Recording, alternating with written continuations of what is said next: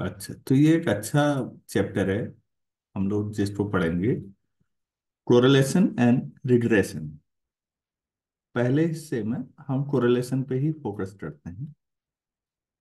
तो नाम से समझिए, कोरिलेशन मतलब कहीं ना कहीं ये इससे बना होगा मुझे लगता है।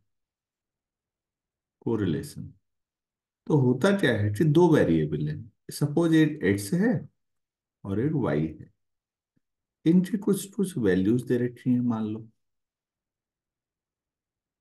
कुछ वैल्यूज एक्स की हैं, कुछ वैल्यूज वाई की हैं। आपको ये बताना है कि जैसे एक्स में वेरिएशन आ रहा है, क्या वाई में भी वैसा ही वेरिएशन आ रहा है या नहीं। क्या ये वास्तव में को रिलेटेड है या नहीं, या इंडिपेंडेंट। जैसे मैं एक सामान्य उदाहरण लेता हूं। सपोज एक्स जो है वो पेरेंट्स हैं, पेरेंट में माता पिता दोनों हुए, उनकी हाइट का एवरेज ले लेते हैं, एक्स मान लेते हैं उसको। एक्स जो है माता और पिता की हाइट का एवरेज मानिए, ठीक है। और वाई जो है वो बच्चे हैं, उनकी हाइट का एवरेज मानिए। बच्चे हो सकता है एक ही हो, दो हो, तीन हो, या जो भी हो। तो नॉर्मली आप ऑब्जर्व करेंगे, ये नॉर्मल परसेप्शन है जेनेटिक्स का, कि अगर पेरेंट्स की हाइट ज्यादा है तो बच्चों की हाइट ज्यादा होने की संभावना भी काफी कुछ है। मतलब जिस तरह से एक्स वेरी कर रहा है उसी तरह से वाई भी वेरी करेगा, उसी तरह से लगभग, मतलब बिल्कुल एग्जैक्टली नहीं, थोड़ा बहुत। तो ये कोरिलेटेड हुए। मैं समझा पाया आप लोगों को। Yes sir. Yes sir. Hmm. बच्चों, कोरिलेशन में अगर एक्स और वाई एक दूसरे के डायरेक्टली प्रोपोर्शनल होते हैं तो इसे हम पॉजिटिव कोरिलेशन कहते हैं। पॉजिटिव मतलब एक के बढ़ने पे दूसरा भी बढ़े, या एक के घटने पे दूसरा भी घटे। कई बार ऐसा भी हो सकता है, जैसे सपोज ये मैथ्स के नंबर है और ये फिजिक्स के, किसी बच्चे के अलग अलग एग्जाम्स में, या क्लास के अलग अलग बच्चों के। तो नॉर्मली ये देखा गया है कि अगर आपकी मैथ्स से अच्छी है तो फिजिक्स से भी अच्छे होने के काफी चांसेस है। जरूरी नहीं है, अपवाद भी होते हैं, लेकिन नॉर्मली देखिए स्टैटिस्टिक्स और मैथमेटिक्स में डिफरेंस है। मैथमेटिक्स में एक भी काउंटर एग्जाम्पल मिल जाएगा तो थ्योरी गलत हो जाएगी, एक भी काउंटर एग्जाम्पल मिला तो।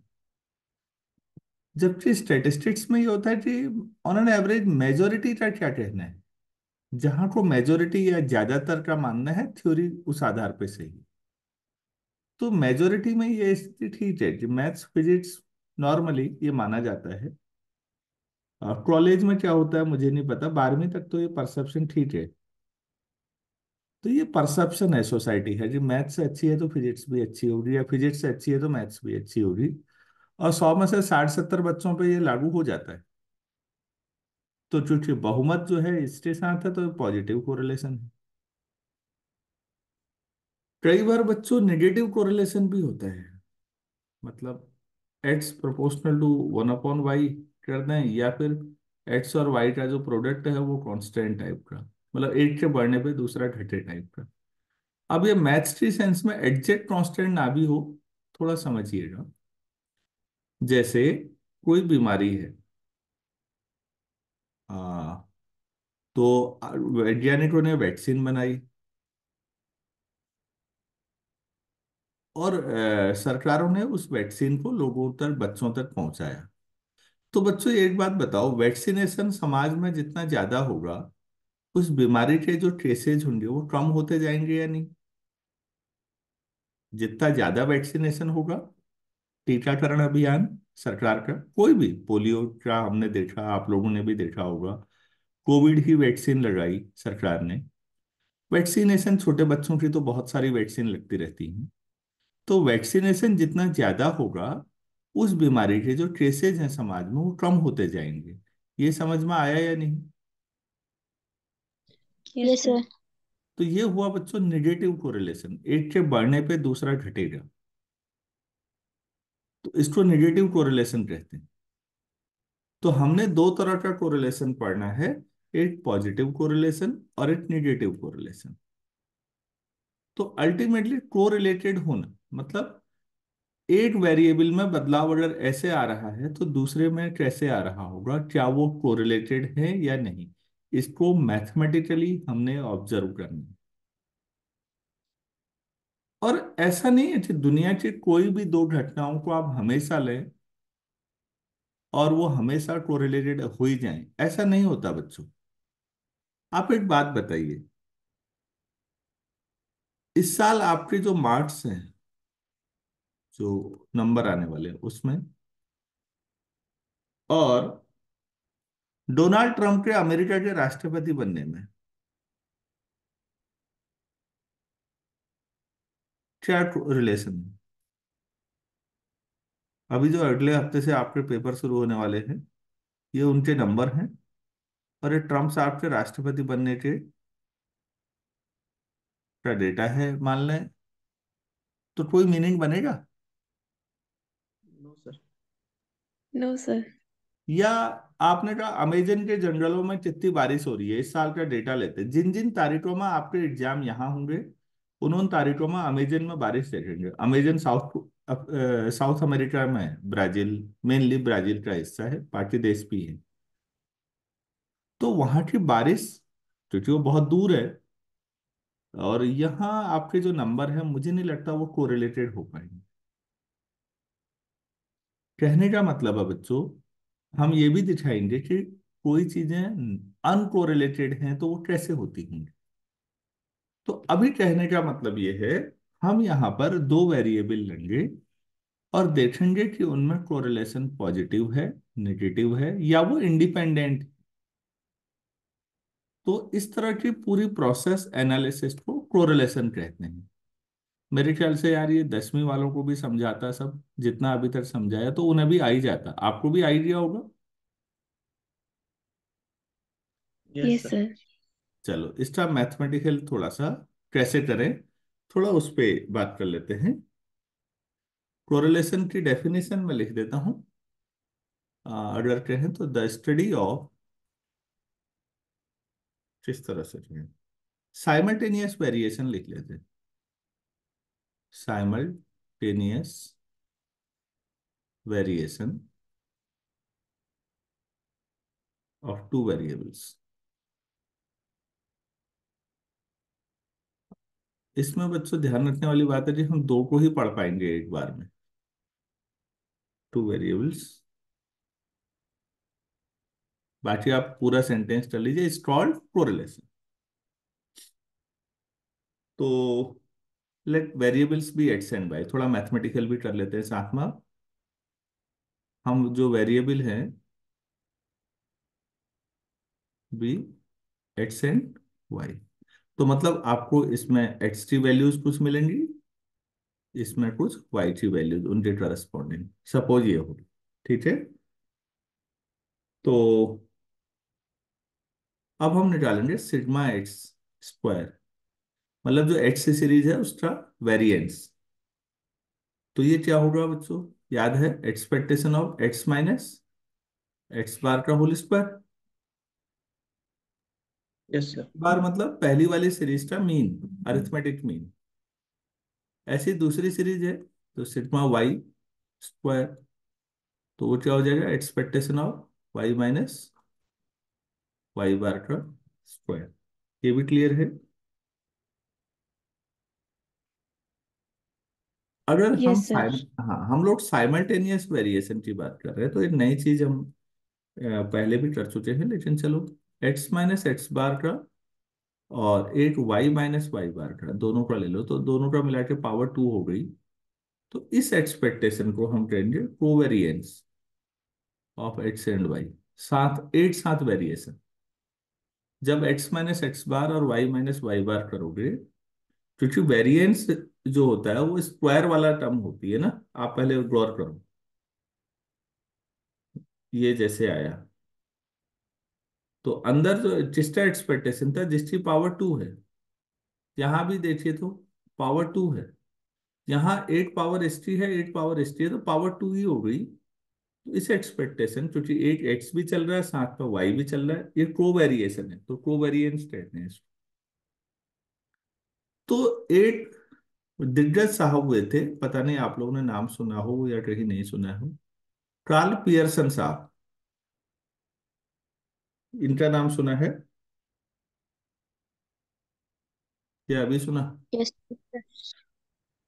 तो इन्होंने कहा कि एक्स और वाई का साइमल्टेनियस वेरिएशन या को वेरिएंस और वेरिएंस मिला के जो बना, जिसको कोफिशिएंट ऑफ कोरिलेशन कहेंगे, उसको हम लोग ऐसे पढ़ते हैं बच्चों।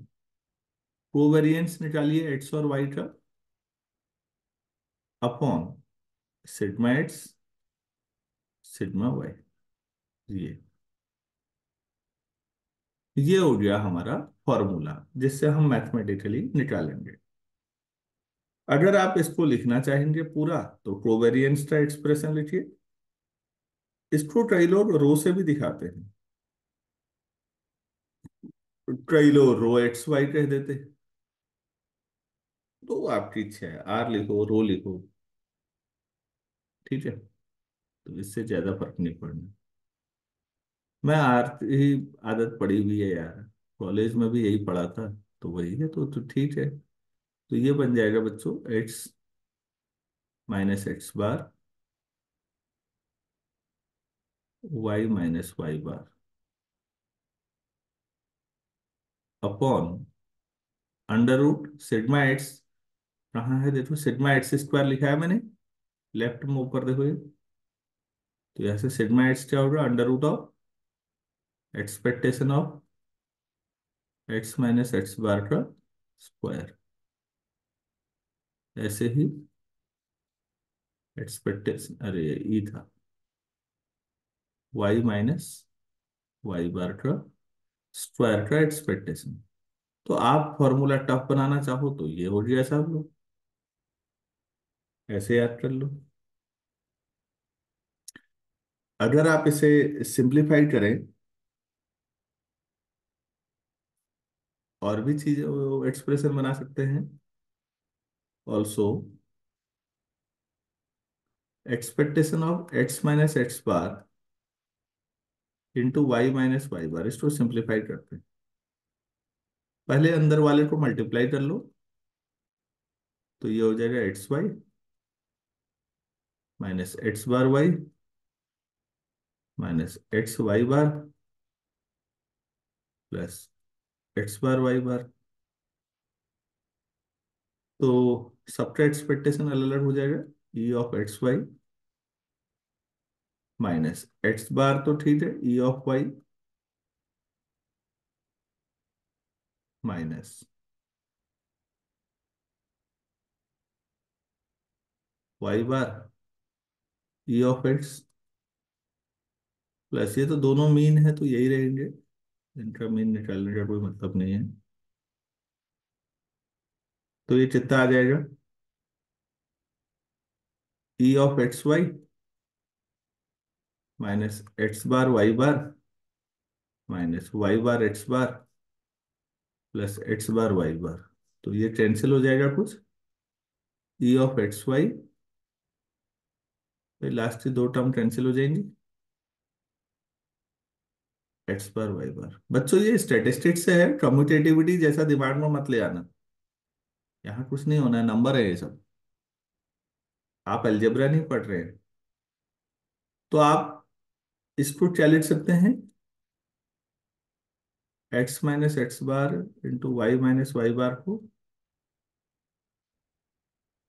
Expectation of x Y minus expectation x expectation Y.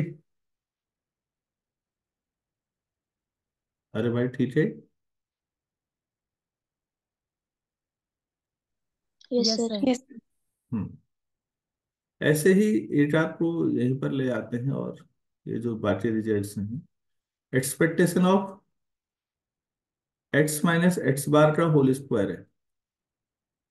तो पहले एक्स माइनस एक्स बार को होल स्क्वायर को खोलो बच्चों, तो x square minus 2 x x bar plus x bar का स्क्वायर। तो ये हो जाएगा एक्सपेक्टेशन ऑफ एक्स स्क्वायर, सब अलग अलग हो जाएंगे, -2 x bar into expectation of X plus ये तो मीन है तो इसका मीन का वो कांस्टेंट टर्म हुई है, तो expectation of x square -2 x bar, ये भी E of x x bar ही हुआ तो 2 x bar square plus x bar square. तो कितना आ गया, E of x square minus x bar square. मेरे ख्याल से कई बार पढ़ लिया था, E of x square minus E x का होल स्क्वायर, पढ़ा था नहीं डिस्ट्रीब्यूशन में पीछे। Yes sir. तो एक्स माइनस एक्स बार का होल स्क्वायर ये, तो फिर वाई माइनस वाई बार भी सिमिलर हो गया। तो अब अगर ये सारी वैल्यूज रखे, मैं इसको डायरेक्ट भी लिख सकता था क्योंकि होल स्क्वायर था तो ये वेरिएंस था, और वेरिएंस आपने कई बार पीछे पढ़ लिया पीछे के लेक्चर्स में कि variance x minus x bar E of x square माने ई एक्स का होल स्क्वायर। तो बच्चों ये सब अगर मैं इक्वेशन नंबर कैपिटल ए में रख दूं तो क्या बनेगा फॉर्मूला नया,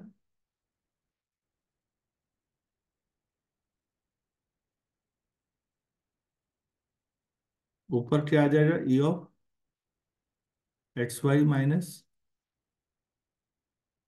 ई X E Y upon under root E of x square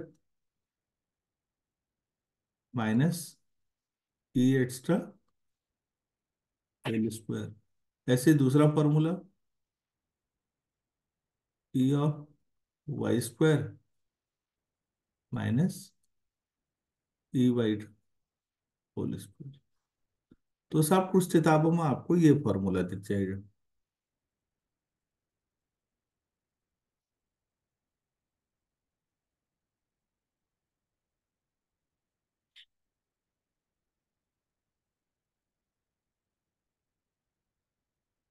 हो गया। अब आप एक्स बार किसको कहते हैं, ई ऑफ एक्स टू, इसको क्या कहेंगे, सिग्मा एक्स अपॉन एन, वैसे वाई बार को सिग्मा वाई अपॉन एन। अगर ये मतलब एक्सपेक्टेशन ऑफ वाई, ऐसे या ऐसी एक्सपेक्टेशन ऑफ एक्स वाई भी हो जाएगा। तो अगर आप ये रखोगे ना बच्चों, एक एक्सप्रेशन और मिल सकता है आपको, आप सॉल्व करोगे तो ये पूरा सॉल्व करके ये मिलेगा 1/n सिग्मा एक्स वाई, इसमें minus x bar Y bar, इसको सॉल्व कर लेना यार, वैल्यू रखना upon this 1/n sigma x square minus x bar square. ये सॉल्व करके आएगा बेटा, आप लोग करके मुझे भेजोगे तो अच्छा लगेगा कि ये वैल्यू ऊपर उठा के रखो। ऐसे ही यहाँ पर 1/n sigma y square minus Y bar square. आप इस प्रोसेस में ध्यान से देखिएगा, एन जो है पहली टर्म के साथ ही है, हाँ, पूरे के साथ बाहर से नहीं है, 1/n तीनों में फर्स्ट टर्म में आ रहा है। ऐसा क्यों हो रहा होगा, ऊपर वाले में इसको मान लो फॉर्मूला नंबर बी, इसको फॉर्मूला नंबर सी। तो बी से सी तक की यात्रा मैं आपके हाथ में छोड़ता हूँ, आप मुझे बताएंगे।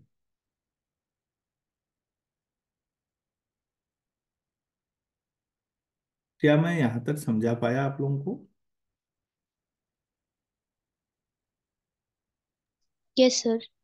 ठीक है। बस मैंने लास्ट में थोड़ा आपके लिए भी छोड़ा कि बी में आप एक्सपेक्टेशन ऑफ एक्स वाई क्या होता है, sigma x Y upon n, expectation एट्स लिखा ही है, ऐसे सब रखो और देखो सिंप्लीफाई होकर ये सी आता है या नहीं। 2 लाइन का है, आप कर लो।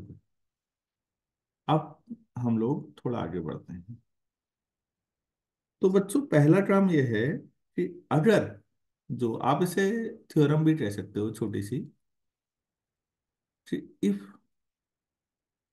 X and Y are independent variates, तो क्या होगा? Independent variates, then, coefficient of correlation zero होगा। हाँ, दे आर अनकोरिलेटेड, मतलब आर जीरो होगा, बिल्कुल सही। But converse may not be true. Uncorrelated मतलब आर जो था वो जीरो आएगा। मैं आर एक्स वाई भी नहीं लिखता, फिर सीधे सीधे आर लिख देता हूँ। But converse may not be true.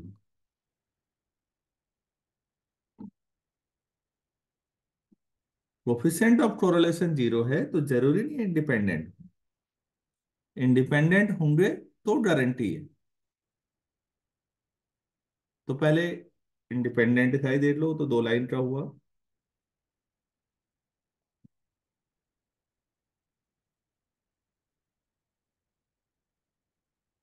Independent होंगे तो कोवेरिएंस क्या आ जाएगा? Zero. If x and Y are, 8 line का प्रूफ हुआ। भाई जब इंडिपेंडेंट है तो साथ में कोवेरिएंस ऑफ एक्स वाई अगर आप निकालेंगे तो जीरो आ जाएगा। तो आर इक्वल टू था covariance of x Y upon, क्या था नीचे? Sigma X sigma Y. हाँ, सिग्मा एक्स सिग्मा वाई। तो zero upon sigma X sigma Y आएगा। सिग्मा तो स्क्वायर रूट है, वो नेगेटिव होगा नहीं, वो जीरो भी नहीं आएगा, वो आ जाएगा कुछ। ये हो गया। तो कभी भी अगर 2 वेरिएबल इंडिपेंडेंट हो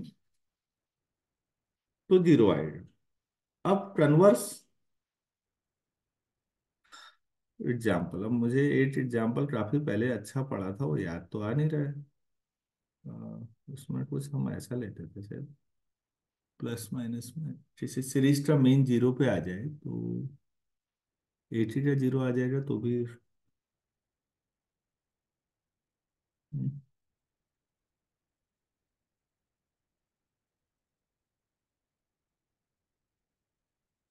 आ, अगर मैं नॉर्मल डिस्ट्रीब्यूशन तो हमने पढ़ ही लिया है। एक्स को ले लेता हूँ normal distribution with mean zero and variance 1। और जो वाई ले लिया वो मैंने एक्स स्क्वायर ले लिया। ये हो गया, वाई ने दूसरा वेरिएबल एक्स स्क्वायर। तो फिर वाई एक्स पे डिपेंडेंट हुआ नहीं, obviously Y dependent on X. ये ठीक है। बच्चों नॉर्मल डिस्ट्रीब्यूशन के लिए सारे ऑड मोमेंट्स क्या थे? जीरो थे ना, याद है? Yes sir. Expectation of x zero, expectation of x cube zero, and so on. हमें ज्यादा जरूरत नहीं है। अगर याद हो तो मैंने ये निकाला था।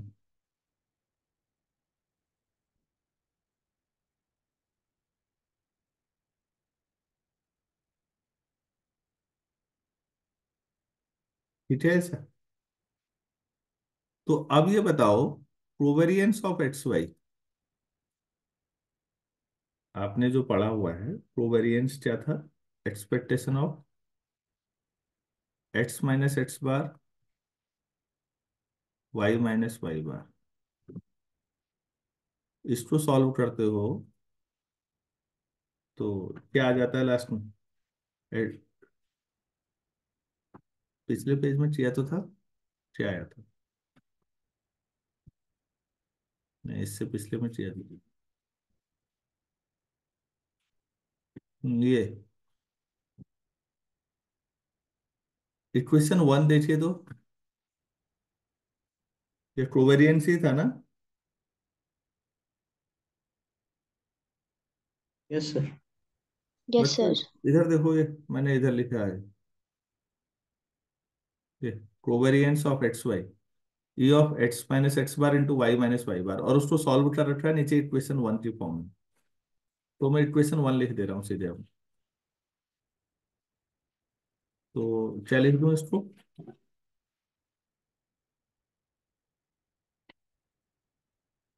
This minus expectation of this expectation of Y, ऐसा लिख दूं। Yes sir. वाई कितना है? X square. तो वाई की जो x square, E of x cube minus E of x, E of x square. लेकिन अब ये वाला यूज करो तो मोमेंट्स में कितना आ जाएगा ये? Zero. Sir zero. Zero. Covariance का ये जीरो आ गया, तो ऊपर के फॉर्मूले पर रखो, this implies r equal to zero आ जाएगा। क्या ये डिपेंडेंट हो के भी कोफिशिएंट ऑफ कोरिलेशन जीरो आ सकता है बेटा? मैं फिर कह रहा हूं, अगर इंडिपेंडेंट है तो आर जीरो होगा, लेकिन आर जीरो है तो जरूरी नहीं है इंडिपेंडेंट, डिपेंडेंट भी हो सकते हैं। मतलब ये एक्सेप्शनल केस है, लेकिन इसको हम एज अ मैथ्स की थ्योरम के तौर पर कर रहे हैं, थ्योरम है तो। क्या मैं समझा पाया? Yes yes sir. Sir. Hmm.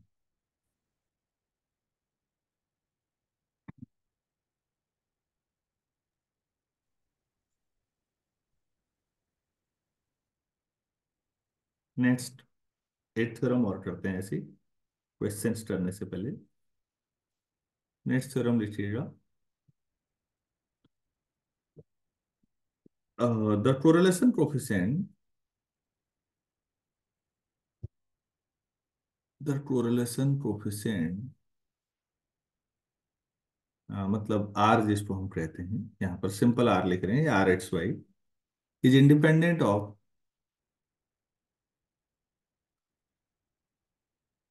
Independent of change of origin, change of origin and scale. ये बहुत ही यूजफुल प्रॉपर्टी है, इसीलिए मैं सवालों पे नहीं आ रहा हूँ पहले, क्योंकि इससे बड़ी टेबल बन जाती है, लंबी कैलकुलेशन होती है, ये समझने के बाद बहुत आसान हो जाएगा। मान लो बच्चों कि एक्स एंड वाई भी टू वेरिएबल्स, ये दिए हुए। तो ऐसा है, एक्स टी, ये आपको समझाने के लिए कि एक्स टी वैल्यूज ऐसे दे रखी है मान लो, और ये वाई टी वैल्यूज है, इनके करस्पॉन्डिंग वाई ऐसे चल रहा है मान लो। ठीक है। मैं क्या कर रहा हूँ, x minus A upon H रख दे रहा हूँ यू, और वी को रख देता हूँ ऐसे ही y minus b upon h की जो के रख लो चलो। अभी क्या है मैं समझाता हूँ। सपोज एक्स टी वैल्यूज ना पांच पांच बढ़ रही है मान लो, जैसे एक्स टी वैल्यू, एक एग्जांपल समझो, 5 है, फिर 10 है, फिर 15 है, फिर 20 है, 25 है। न्यूमेरिकल एनालिसिस में भी हम लोग पढ़ते थे इस तरह की चीजें। तो यार ऐसा करो, इस सीरीज का मीन एज्यूम कर लो। एज्यूम्ड मीन को हम ए से दिखाते थे, ए मान लो 15 है, और एच, एच गैप है एक्स टी वैल्यूज में। याद है ऐसा करते थे बच्चों? Yes sir. ऐसा ही कुछ कर लो मतलब। तो इससे क्या होगा, यू और वी जो मानोगे ना, उससे कैलकुलेशन बहुत छोटी हो जाएगी, वरना बड़ी बड़ी टेबल मिलती है, कौन करे। तो हम ये कह रहे हैं, यू और वी ऐसे मानने से भी कोरिलेशन कोफिशिएंट को कोई फर्क नहीं पड़ता है, वो इंडिपेंडेंट रहता है, ये प्रूफ करना है। मैं समझा पाया? एक्स माइनस ए का मतलब ओरिजिन चेंज होना, और अपॉन एच या अपॉन के मानने का मतलब स्केल चेंज करना, लेकिन इससे कोई फर्क नहीं पड़ेगा, ये कह रहे हैं। अच्छा यहां से देखो, एक्स कितना आ जाएगा, ए प्लस एच यू, और वाई आ जाएगा बी प्लस के वी, ऐसा है। तो एक्सपेक्टेशन ऑफ एक्स, मतलब आप जिसे एक्स बार कहेंगे, तो E of a plus h u, a तो कांस्टेंट ही हुआ, एच भी कांस्टेंट की तरह ट्रीट करेंगे हम, यू की जो यू बार आ जाएगी, तो एक्स बार की जो ये हो जाएगा, तो ऐसे ही फिर वाई बार की जो क्या आ जाएगा, b plus k v bar. Now r x y क्या आएगा फिर, क्या था formula, E x minus x bar Y minus Y bar के प्रोडक्ट का expectation upon under root E of x minus x bar का स्क्वायर, दूसरे under root में E of Y minus Y bar का स्क्वायर। अच्छा, यहां पर जब आप ले रहे हैं तो आप एच और के को ना पॉजिटिव ही मानोगे फिर,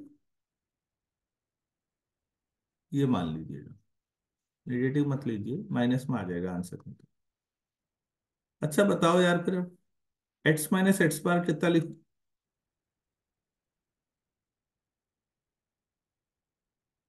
ये एक्स है, ये एक्स बार है, कहाँ बार बार इतना बड़े बड़े एक्स माइनस एक्स बार बताइए तो क्या लिखूं, S times U minus U. A cut जाएगा, यू।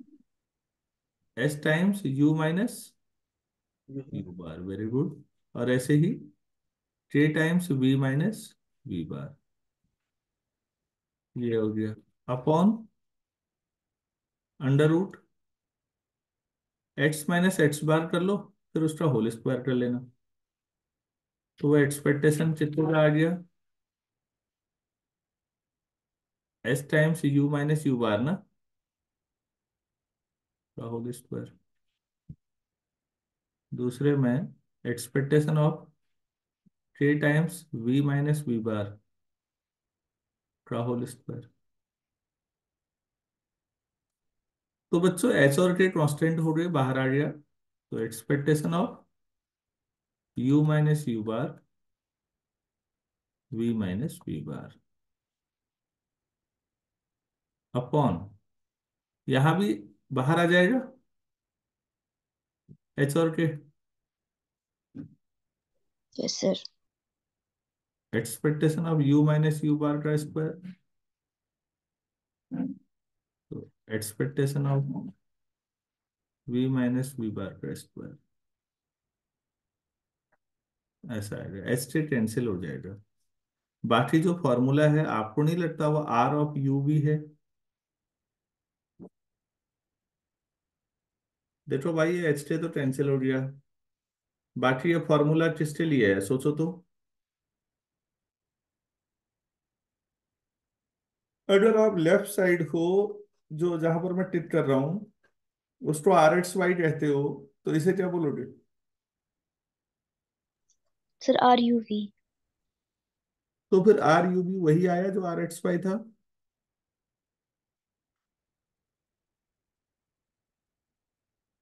तो आपने एक्स और वाई की दो सीरीज थी, आपने उनको बदल दिया और एक नई सीरीज ले आए, एक यू में एक वी में।